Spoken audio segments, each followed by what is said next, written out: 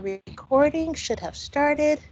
Welcome to all of you, and thank you for attending our information session for the Patton College of Education at Ohio University. Today we'll be looking at our advanced online master's degrees, and those are the Master's in Reading Education, along with that reading endorsement, and the Master's in Curriculum and Instruction. And so we're going to basically do this kind of as a two-part section, and then we will have a question and answer time at the end. So feel free to pop questions in the chat. We want to hear from you. We want to make sure that we address all of the questions that you have. And let me start by introducing our distinguished faculty. So we have our program coordinator for the Masters of Curriculum and Instruction, Dr. Brett Knoll. And I'm introducing him first because he's going to hide for a minute while our program coordinator for the Reading Education Masters, Dr. Chris Kennedy, speaks. So, Dr. Kennedy, please take it away. Thank you. Thank you very much. Hi, I'm Chris Kennedy. Like Tasha said, excited to talk to you a little bit about the reading master's program here at Ohio University. It's an all online program that is done asynchronously, so you don't have to worry about being in front of a computer at a certain time. You can pretty much do your assignments. We tend to offer a modules, and then you do them, and not meaning that do not have access to our faculty. Obviously, we are very responsive faculty that takes it and prides ourselves on being student friendly. Here are the three folks that are currently in our reading faculty. Might be getting more soon, hopefully, knock on wood. Dr. Theda Gibbs Gray is assistant professor in our program. There's myself and Jane Scon, associate professor of instruction. All of these folks are, in my opinion, the greatest faculty to work with in the world. They're very open and receptive, and they know a lot of stuff. They're fantastic folks to work with. So that's our great faculty. The program is a 34-hour program. Like I said before, it's for licensed teachers, and it is an asynchronous program, meaning that, like we said before, if you have other things going on, you don't have to worry about being in front of a computer at a certain time. You can do that. So it's very teacher friendly in that way, right? We're talking about most of our candidates are teachers, right? And so teachers are busy folks. So, and the same can be said with the CNI program as well. But, we want you to be able we want to be friendly for teachers so that they can complete this. And most of the folks can complete it within 3 semesters. So we have basically 2 starting points, 2 cohorts, basically. A fall cohort, if you start in the fall, you'd go fall, spring, summer. Or if you started in the summer, you could start this summer and say summer, fall, spring, and you could graduate in as little as 3 semesters.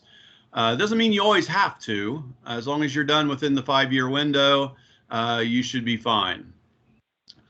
The part of the program is, and I think part of the mystique of the program is our K-12 reading endorsement, which you can do as a non-degree program by itself or as a part of your reading master's program. So if you do the reading master's program, you will have the opportunity to get that K-12 reading endorsement added to your Ohio teaching license. Go ahead, Tasha. Okay, so there are field requirements to this. Since you are going to be a K-12 literacy person or a literacy specialist, you need to have experiences in all those grade bands. So this will help you connect the theory, the things that we're talking about in our class, in our coursework, to the things that you're doing in either the classroom or with individual students. Most of the assignments that are done are going to be done with individual students. For example, EDTE 5221, you'll be working with a K-3 student, okay, doing a series of reading assessments and remediations. You know, DDTE 5230, a grade 4 through 9 student, and then in 5261, a 7 through 12 student. That's secondary literacy or content area literacy that adheres to that. So that's a really great thing. We get really excited about the fact that we have a lot of meaningful field requirements, and that you're able to see the theory in practice. Also, as far as finding students, that will be kind of your deal. You'll do that. Obviously, we have students from all over the state of Ohio and sometimes other states as well. So, you know, if they're working online, you don't have to be sitting right in Athens to do this, and you should be able to find a student to work with, either at a school or through somebody's friend of a friend or whatever. And people like to have their children tutored, so that's kind of a good thing. Also, there's one more course where you have to work with a group of a team of educators. That's the EDTE 6230 course. It's a little bit longer the number of hours for that, but it's basically the literacy coaching course where you basically learn how to do the things that a literacy specialist or a literacy coach, depending on, you know, what the name changes depending on where you are, what their responsibilities are, and then you'll plan curriculum with other educators. Thank you, Tasha. Next. Like I said, here are the courses. The ones that are off to the left are not necessarily reading courses. The ones on the right are actually literacy reading courses. And you can tell that, you know, there's a decent amount of what I didn't count them here. 1, 2, 3, 4, 5, 6, 7, 8, 11 courses. Phonics has got an asterisk beside it because it's an optional course. It's not optional. You have to have it if you haven't had a phonics course in the past. But if you've had an undergraduate phonics course in your program, wherever you may be, you will be able to waive that phonics requirement. And otherwise, if you haven't had one, that will be added to your program of study.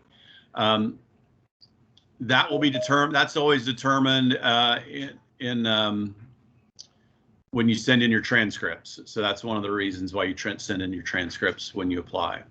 I think I'm ready for the next one, Tasha. Why would you want to do a reading master's? Well, one is that K-12 reading endorsement. That reading endorsement gives you many more opportunities in your school district or in other school districts to become a literacy intervention teacher. You can teach a reading intervention K through 12. And give you a little side story here about me. I actually got my reading master's at Ohio University, and that's how I started. After I got my reading master's, I started off as a first grade, second grade reading intervention teacher at a local school, and I really liked that. That was really a whole lot of fun. It was a great opportunity for me to work with small groups of kids and sometimes one-on-one. And I really fine-tuned my literacy skills there. And then I had people coming to me asking me questions about their children in their classrooms and things of that nature. So being that reading intervention teacher was a lot of fun. I really enjoyed that. Another part of opportunity is you could potentially be a literacy specialist or a literacy coach. So I'm going to piggyback. A few years later, after I was in reading intervention, I got to become a literacy specialist at a local school. Kindergarten and first grade is what I taught. Or actually, I wasn't really teaching. I was working mostly with teachers, going into their classrooms, observing them teach, talking about how to better their literacy teaching, analyzing data, determining which children needed that extra reading intervention, and then giving ideas about that as well, and providing professional development for the teachers in our district. That was a really great opportunity for me to become a literacy specialist, because I also got to work some with the inner workings of curriculum and things of that nature. So that was a lot of fun, and a very valuable learning experience for me. Another thing that you can do with a reading master's is adjunct instructors at local universities or community colleges. That gives you a one up, or sometimes they require a reading master's for such opportunities. So if there's opportunities like that, your reading masters will help you acquire one of those positions. And I will say it again, I did the same exact thing. I had heard of some adjunct stuff at a high university. I applied, got to do it for a while. That was a really good opportunity for me. And then just other teaching opportunities in different areas and different companies and different things. That endorsement of having the endorsement and your reading masters makes you a highly marketable person. I mean, think about it. A few years ago in the state of Ohio, we had the grade 3 reading guarantee, and that put a really big emphasis on reading, passing the standardized testing in grade 3. Principals started looking for people who could teach reading really well, right? Especially for the those third grade positions. So that reading endorsement, this reading masters became kind of a really valuable thing. And I think today it still is, because that didn't go away yet. Or I don't know if it ever will, but those are the opportunities. I think it's a very valuable thing for you to have. Next. And just one thing that could be a good thing to point out right now is the fact that if someone chose to start by doing the endorsement, that those courses would apply to the master's, like if they chose to do that later on. That is so true, Tasha. Thank you for bringing that up. Yeah, what Tasha said is exactly true. So if you got your reading endorsement and say you finished it in 2022, you could use that reading endorsement for whatever. And then if you decided you wanted to come back to get your master's, you would have 5 years after completion of your reading endorsement program to start the reading master's program, so that you can still use those classes. Points of pride. Oh wow! Look at that picture. There's all of us at a conference with Dr. Helfrich, who used to be with us. Now she is an associate dean, and Dr. Julie Francis, who is the center director of the Stevens Literacy Center. We were all at a conference presenting. I believe that was a National Association of Professional Development School conference. I can't remember where though. So points of pride. We do that. We go to a lot of conferences, do a lot of things like that, try to get our name out there. We do a lot of great work in our Patton College in terms of research and presentations and stuff. We are frequently ranked in the top 10 in online master's reading programs. I think one time we were ranked as high as 4th on the top education degree. I've seen 7th a couple times at a couple different ones, but we're always right there near the top. So that is a very, very big point of pride for us. We value the fact that we do a good job, and some people are recognizing that. So excited about that. And I feel like I just need to interject one more thing. Please do. This photo was definitely taken pre-COVID. It was. Thank you. Yes. And that just reminds me to share the fact that our programs were completely online pre-COVID. They were designed with the online learner in mind. So there was no rushing about it. It's something that we did on purpose, and it is something that we have excellence built in. I like the way you said that, Tasha. That was beautiful. Excellence built in. That is so true. And she's right. This is pre-COVID, and a little bit more hair that I had at that point. So if you have questions, obviously, if you think of questions later, There's my email address. Write it down. Email me. I'm pretty good at getting right back to people. And then our program website's a pretty valuable piece of information as well. I had a thought and it ran away. I was actually going to mention the that program, the program coordinator, program code right there is for the Reading Masters, but also made me think about the Reading Endorsement program, which is considered a non-degree program. So if you're thinking about doing the Reading Masters or Reading Endorsement program, that program is basically 4 classes. You can start that in the summer as well and complete it through an entire summer. You can start it in the summer and then not complete it until the end of the academic year, or you could start it in the fall and go through the academic year as well. But a lot of folks like to do that program. It's 4 or 5 classes depending on whether you've had a phonics class or not, and that a lot of people do it over the summer. 2 classes first summer session, 2 classes second summer session, and then you can be done. And so a lot of teachers opt to do that because they want to do something, and if they want it, they want to get it when they're not busy, planning and working with children all the time. So, but it is considered a separate non-degree program.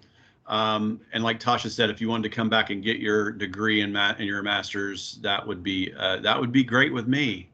I'd be excited about that. So I think that's all I have for you. Unless question. Oh no, we were taking questions at the end. That's right.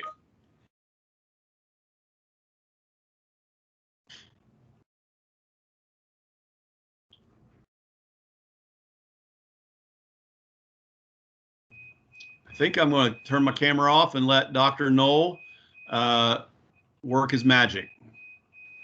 I don't know if I can make as much magic as you have just done, but let me try. Okay, so I'm here to talk about the Curriculum and Instruction Master's Program. One part of people that choose to do this, and I was like on the very cutting edge about 8 years ago when we were talking about PhD programs and what would be a good PhD program to get. And I was like, overseas, people want curriculum and instruction masters and doctorates. Why? Because it's a little broader. As you go through, if you are one of those people who's like, okay, this is what I want, this is the only thing I'm going to do for the rest of my life, yeah, you pick a specific program and you go through it.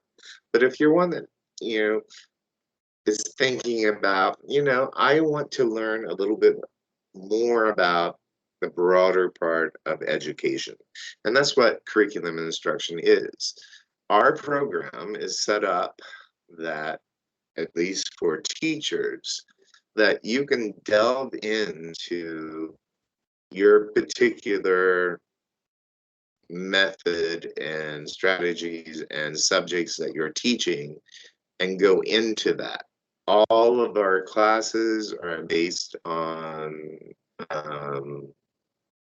teaching the broader aspects about what is curriculum and instruction, but all of your projects and papers are written on the students that you are actually teaching, which I like, because it's about improving your teaching in your classroom with those kids in that classroom.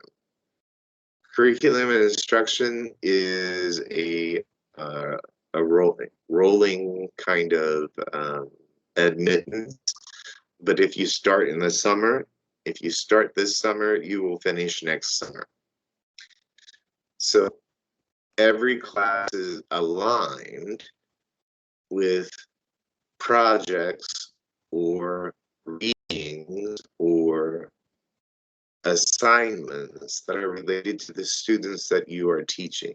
And as you know, as teachers, there's always about 4 or 5 students that you want to reach. And by doing this program, we can help you with that. I'm very close to Chris and the reading program because one of their professors teaches a very important important subject in our course. Um, and if you would like to get a reading endorsement, you can add that on to your curriculum and instruction masters. And the curriculum instruction masters um, consists of 10 courses. And when people start in May, they generally take 3 courses in the summer. We know how busy you are during your school year, so you only have to take 2 in the fall and 2 in the spring. Everything is aligned to your interest. Um, you do get a more in-depth course in what is curriculum, how do you write a curriculum, how do you monitor it, how do you evaluate it.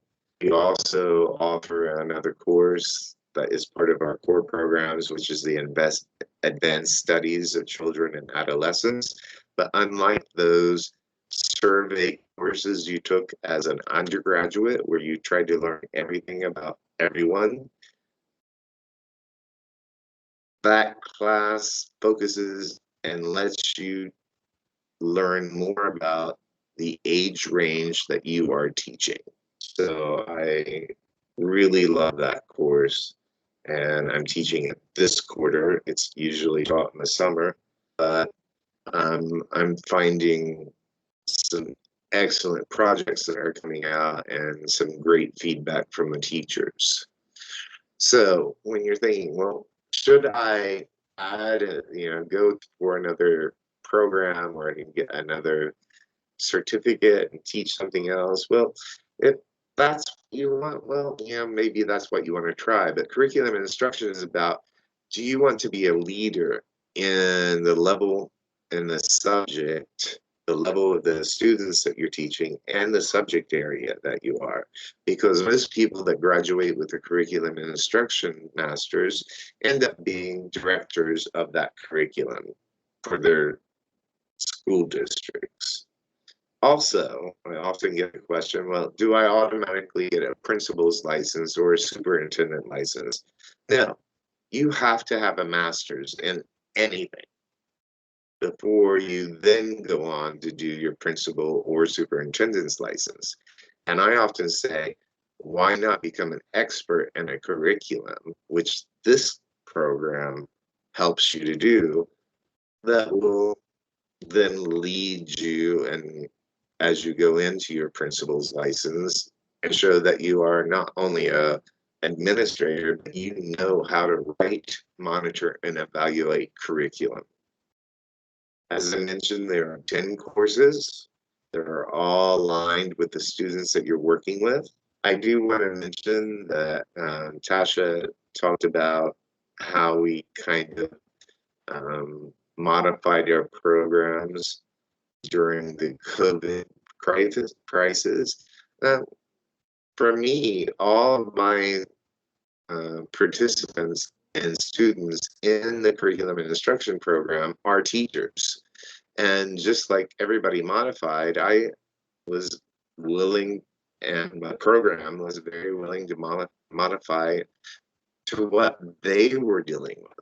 So what was very interesting is we have some cutting edge research coming out from the students that are graduating this spring that ended up at first thinking that they would do research in their class face to face, and then realizing that what's really needed is how best can we teach students online. So I'm looking forward to these projects being completed in the spring, and I think it will really push what other educators need to know about how to do hybrid teaching, teaching online, and teaching in person at the same time teaching online. And that's why I really love this program, because we do listen to our educators' needs and we kind of bend to that. So let's keep on going. As we go in, I don't have the pictures of everybody that's in our program, but what's kind of nice about this is it stretches across the Patton College of Education. We have professors from the computer technology area that is in our program, people in AYA, people in middle childhood, people in reading, people that are teaching courses in the now called elementary school, used to be, early childhood. So you're getting some of the best professors that you can work with and that you might have not, even if you are an old Bobcat, you get to meet some new professors. And it is personal. We work with you. We help you structure a program that best suits your needs and your goals. As we fill out your program of study, granted, we have 10 courses that most people should take, but depending on what your needs are, I can work with you. As an e-campus student, you are really situated in a place that if you want to take a course that is not offered in eCampus, you can actually go off eCampus and do online, Athens Online, or do it face-to-face. Like Chris said, all of our courses are synchronous unless you are living in Athens and you want to do a face-to-face class, but that's an option for eCampus students. That's not an option for any other student. If you're an Athens Online student, you only can take Athens Online.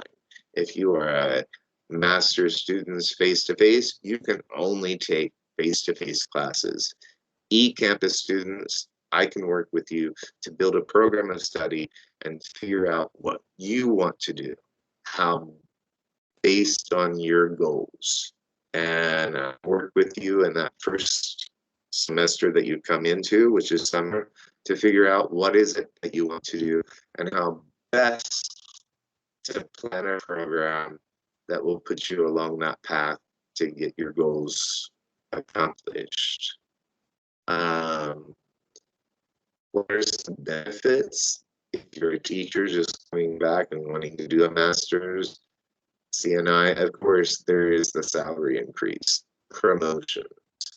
There is opportunities to work with other professionals. Like Chris said, all of our courses are asynchronous. For myself, I'm always, pulling up my classes on a certain day, and I will be online on that day that course comes open, and so does the rest of my professors that teach into my class. Um, there are choices. You can do it in 4 semesters. But, if you want to take it a little slower, you can do it in 5, 6, or up to 6 years. So it's all up to you. Let's move on to the next one. Other benefits.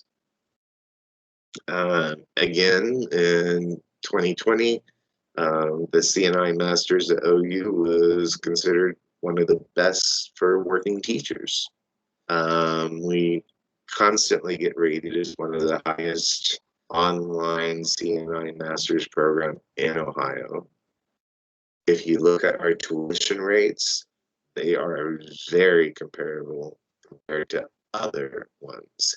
And I always love to tell the story about my sister, which happened several years ago. She was a single mother, had her bachelor's, needed to get a master's to get a pay raise, found a cheaper program, took it, and she worked really hard at that program. It was a good program. But then she went to get her principal's license, came back to OU. Well, that school that she went to wasn't accredited. And she spent more money at that school than she would have getting her master's at OU. But she couldn't get her principal's license because you have to have a master's from an accredited college. OU is an accredited college. Our programs are accredited. So it's well worth the price and are very competitive on our tuition fees. And you've got a lot of help and support to get you through.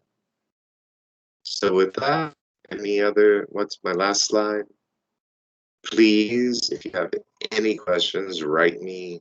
I write back quickly. We have loads of people that can help you with the financial aid if you're looking for that. And we can talk about what you need and what you want, and we'll work around your schedule. So thank you for joining in tonight. Well, thank you, everyone. Dr. Knoll and Dr. Kennedy, we'll open it up quickly for any questions that anyone has. And I have to apologize that I missed the changing the date on the last slide. We are accepting applications for summer currently, for summer semester and for fall semester. So if you're interested in starting for summer semester, the application deadline is April 15th and courses begin on May 10th, and I apologize then. So does anyone have any questions about the reading program or the curriculum and instruction program? I also want to add to that, Tasha, if you do not want to start on the summer session, first summer session, we are still accepting applications for the second summer session up into May, which will start June 28th. So if May is still really busy for you, you can start during the second summer session. Great, thank you for that. And Zachariah, you had your hand up. Yes, I'm from Ghana, and I was asking about. So I get to know that it's not necessarily face-to-face one. So at my own convenience, I can join the class. I wanted to know how that fits in for an international student. I'm sorry, could you say that one more time? You want to know about what for international students? Yeah, so I was asking that I'm from Ghana. I'm Yes. looking at doing a master's with curriculum and instruction, that's Mm-hmm. CNI masters, and I was asking that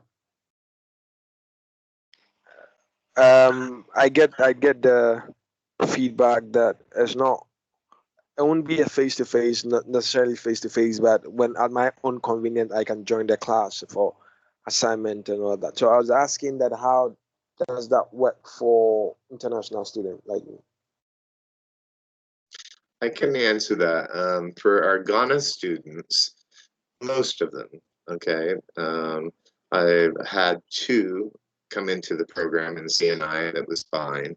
I had one that there was a problem, even though English is a official language there. As long as we can get you through that process and the application, they have not had any problem because it is asynchronous. So even though you're in a different time zone, generally you have a whole week to get any type of assignment done. So just you might be in a different time zone, that generally works out well. Does that answer your question? Exactly, it does. It does. Thank you. Okay. Thank you.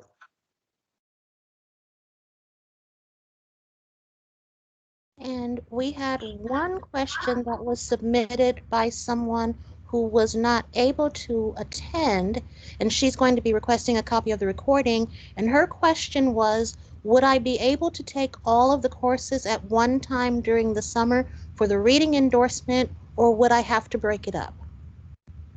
Okay. Yes, you could take all the courses that you need for the re-endorsement in the summer. Typically what we do is we'll break it up into two courses the first summer session, and then the 2 courses in the second summer session and the phonics if needed. So a lot of people do that, like I said before, because, you know, we have a lot of teachers that like to have that option of getting it done all through one summer. So yes, that is a good option that lots of folks take advantage of.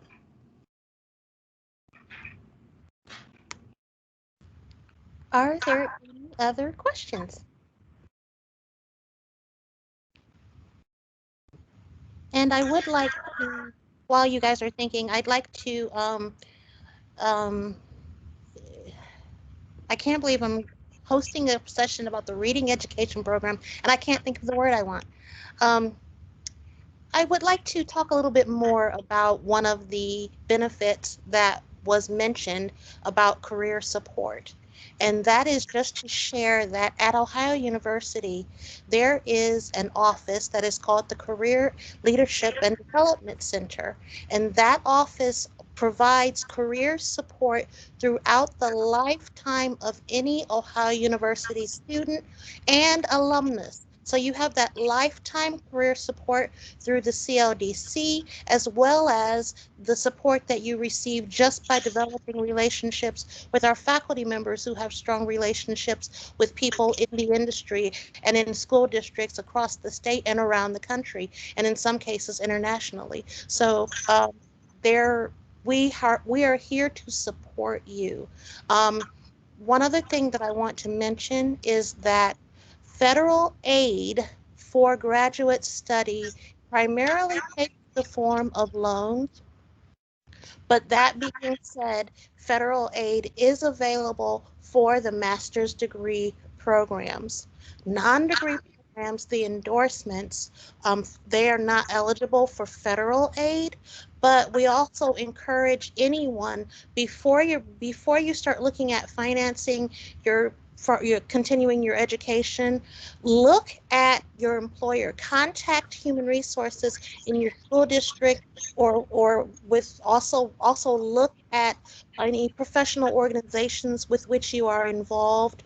Look around for any possibility for tuition reimbursement programs or any professional development funding that might be available for you, because as educators, those definitely would be applicable for these degrees, and Ohio University does participate in what's called either a sponsored student program or a tuition reimbursement program. Ohio University will work with you to make the arrangements.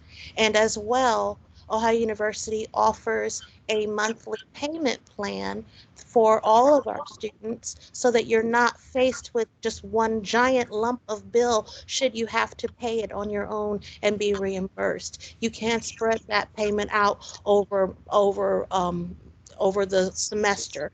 And there is a $30 fee to apply for that, but that is available to you. Are there any other questions?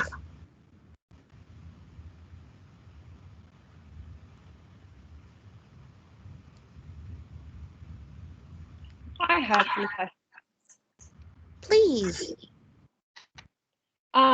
So for the reading endorsement, if I am pursuing the reading education masters, are there additional courses that would need to be taken, or is that built into the reading into the reading masters? That is built into the reading masters, so you would not be taking anything different. You would not have to take anything additional. That they're already built into your coursework. And then what is that application process for the endorsement? It would just be like it would be very similar to what you did for your reading, for your application for your teaching license. It would go through ODE. We have a gentleman in that works downstairs in the Center for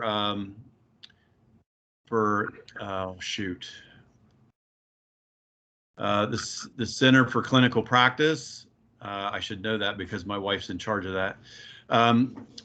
Named Zach Schabel, who's our licensing officer, and he will also tell you exactly what because you'll have to take an OAE class or an OAE to complete. You have to pass an OAE in order to get that license. So there is a little bit of a fee there, obviously, when you take the OAE. But if you pass the OAE, pass all the classes, then you can get that added to your license through the ODE. All right, thank you. I had one more additional question. Please do.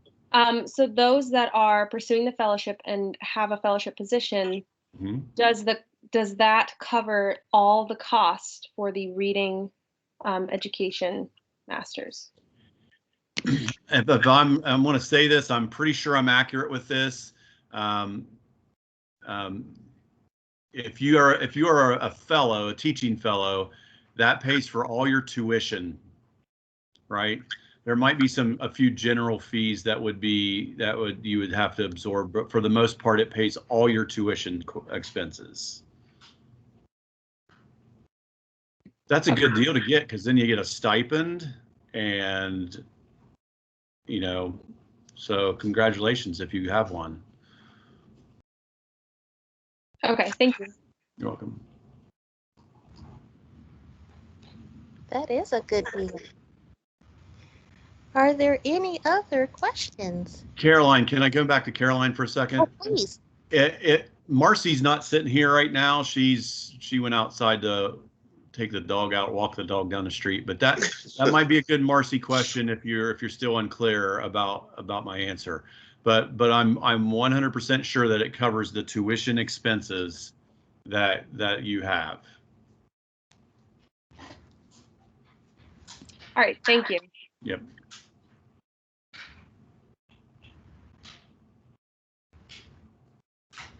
If there are any other questions or anything that we can make any kind of clarification about, please shout.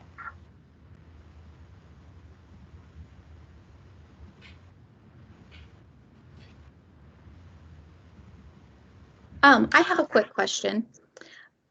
So for the Reading Masters program, is there a specific semester that most people start, like either the summer or the fall, or is it really just 50-50 and doesn't really matter all that much?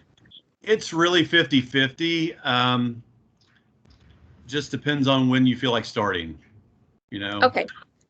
I know that a lot of people, we tend to get a decent amount of folks who just completed their undergrads. Typically, if they're still in completion, they may start during the summer, but there's still some that start in the fall. It doesn't really make any difference. Okay, thank you. Yeah.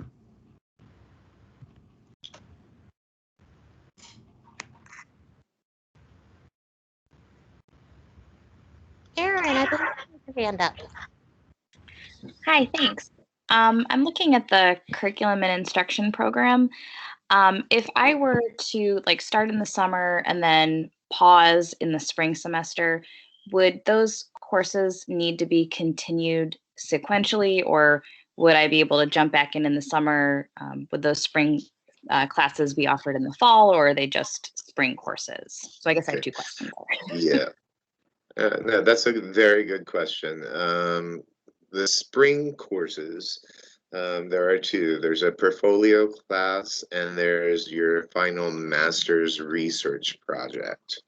So how that would work is generally the only two that has to be completed, one and then the other, is you take the teacher as an action research course in the fall, and then you take that master's research project where you finish it up in the spring. But I have had people take it in the fall and wait and then take that course the following spring. But yeah, they are only offered in the spring, those two courses. But saying that, there could be some ways, that we can work around that, depending on how you plan your program of study.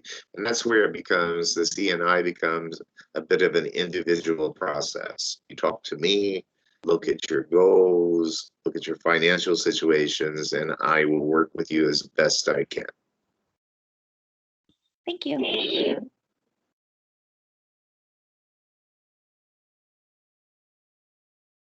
Irene, Hi, I intend to pursue the Curriculum Instruction Master's Program, and I was just wondering when course registration began for that, if I plan to begin in the summer. Yeah. Right now, there are course registrations happening for those that are already enrolled. Tasha, you might be able to help me. Lisa knows these dates. For the new ones that are applying, I think it's in April. But there's no rush. There's going to be plenty of room to get you in any course that you need to take. Tasha, can you help with that with new admits?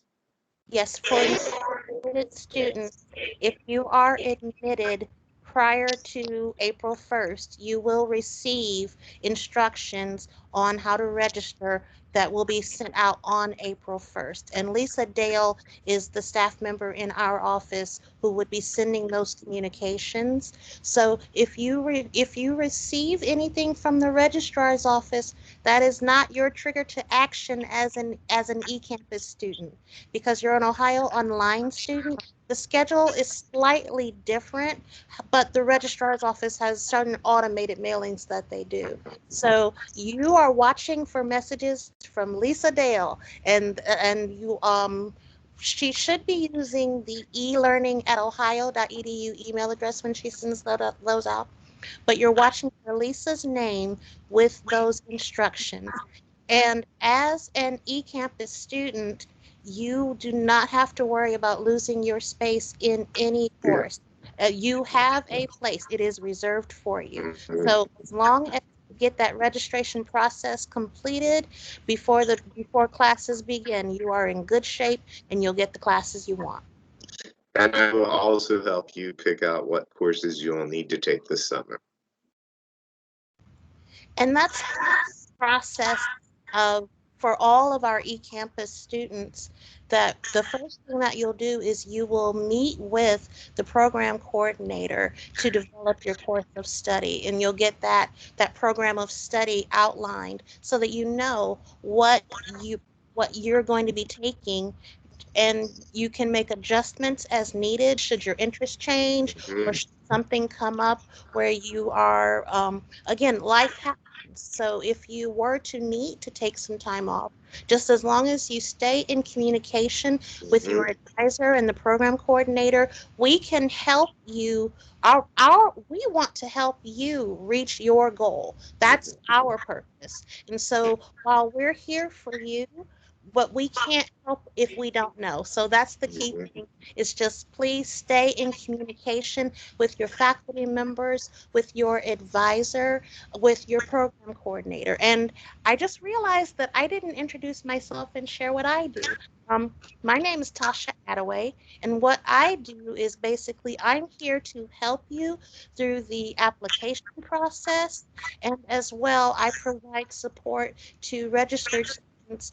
I can help you connect with resources should something come up and you weren't able to stay on top of your courses. I can help. We can help you connect with resources about, if say, for someone who's been out of school for a while and you need to brush up on study skills, we can help connect you with resources for things like that, and time management skills. And we want you to succeed, and that's the thing that I can't say enough. All of us, we want you to succeed when you are part of Ohio University's program. So just reach out to us, and if whatever we can do to help, we're here to help.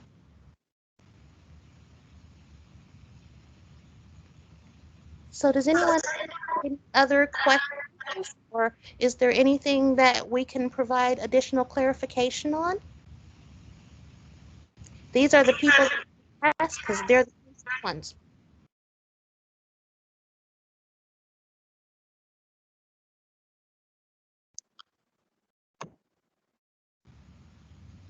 And Zachariah, still have your hand up because you had a question? No, I don't have that question. I just wanted to make Thank sure I you. wasn't missing something. Okay, thank you.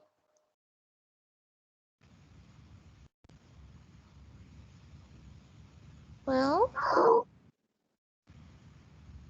gonna wait 30 more seconds. And if you think of anything, there are no stupid questions.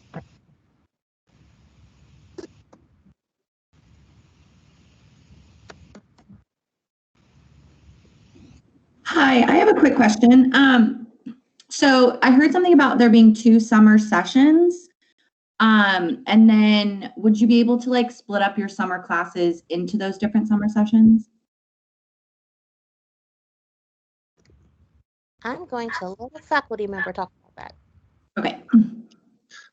I'll let you know a little bit about the CNI program.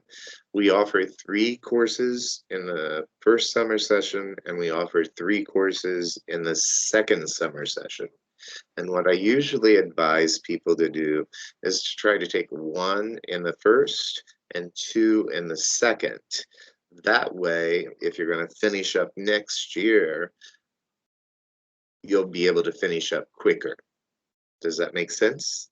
Because Yes, there are six courses you have to take in the summers. Right. And I would never advise someone to take 3 courses in 1 session because they're concentrated. Doing 2 is fine. Okay. Everything I've heard from my students is that the course load was fine with 2. But I did have the occasional go-getter that did 3.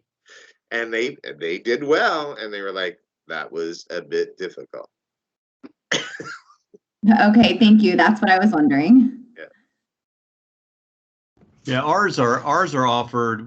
2 of them are offered in the first summer session, and 1 is offered in the second summer session, with also a phonics class that you can be taken in the summer if you need to take the phonics class, and then it's offered at other times as well. So that 1 course is a little bit more flexible.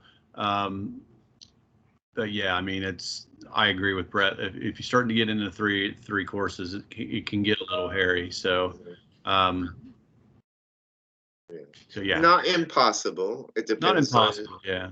But that's a load because summer courses are set up for 7 weeks a piece. Yes. Which would be normally a 16-week course, So they're shoving everything from 16 weeks into 17 weeks. So think about that. Thank you so much.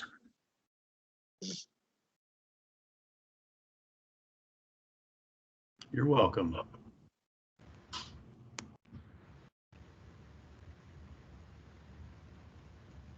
Last call for questions.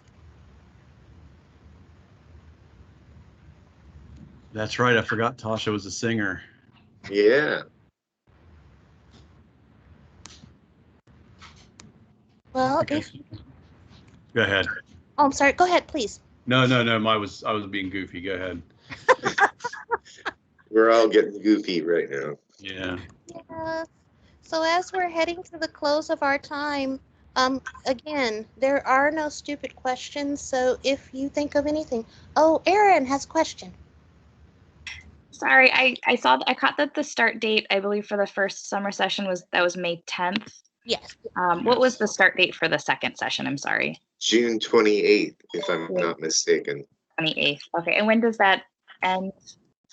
August, help me, Tasha. August 17th? That's Am I wrong? right. Let me double check that so I don't lie to you, because I would never do that. Just a second. So August 28th, it would be 7 weeks. So, and then you have a week off, and then a week or 2 off, and then we have fall semester.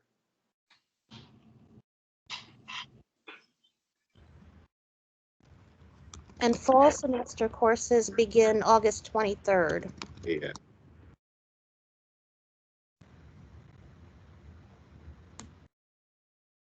Thank you.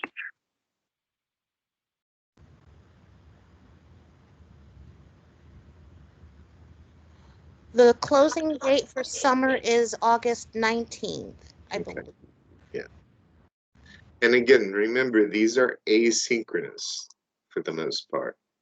So a lot of people often tell me, oh, well, I want to take a vacation and I really want to get this done. Well, you might need to take your computer on vacation. You don't have to be at home in your room. You can do these courses while you're on vacation. I've had lots of candidates do that. Exactly. Yep. And what a nice thing, doing a class. I'll spend like 4 hours working and then take a 5-hour walk on the beach. That'd be cool, man. Exact. Oh, I'm sorry. Full summer semester closes and second summer session closes August 14th. And then fall semester classes begin August 23rd. And let me pop a link in the chat to the summer calendar. The academic calendar. Okay.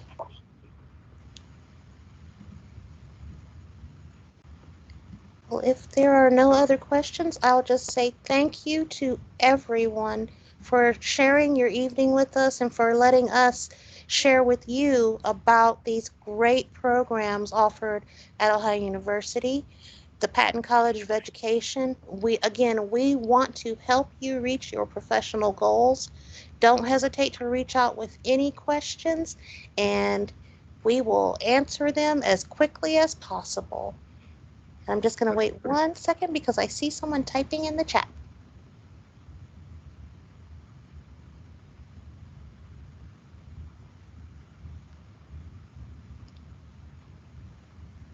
Thank you, Aaron. Thank you, everyone. Yes, thanks everybody. Yeah. Have a good evening. Thank you too. Thank Good you. night. Thank you. Thank you. Thank you. Thank you. You're most welcome. Liz, get your application in.